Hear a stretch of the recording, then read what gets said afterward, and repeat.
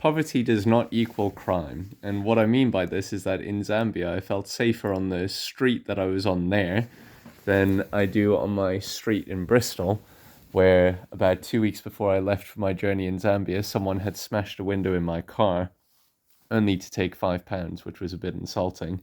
And yet in Zambia, I didn't have much fear of that kind of violence being done to me. Now, it's not that there wasn't crime in Zambia, but by contrast, Zambia is much, much, much poorer. And yet I felt equally, if not a bit more safe there than I do here in the UK. And just in case this seems like I'm pulling stuff anecdotally, just out of nowhere, looking online at crime statistics, it seems that Zambia, while not the safest country, is considered by some metrics safer than France, safer than the US, and according to some stats, was on par with Canada, which just shows that poverty is not always an inevitable cause of crime, but actually that culture can also have an effect. I went to South Africa for a month immediately after my journey to Zambia, and obviously in South Africa there is loads and loads of crime.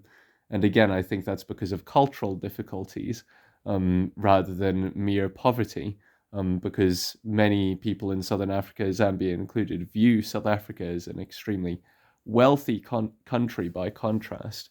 Um, and I think some of it might have to do with the fact that in Zambia people have a kind of fear of God. They just have a communal accountability. They have a tight knit sense of family. And I think all three of those, as well as many other factors, amount to less crime, which I think is extremely commendable.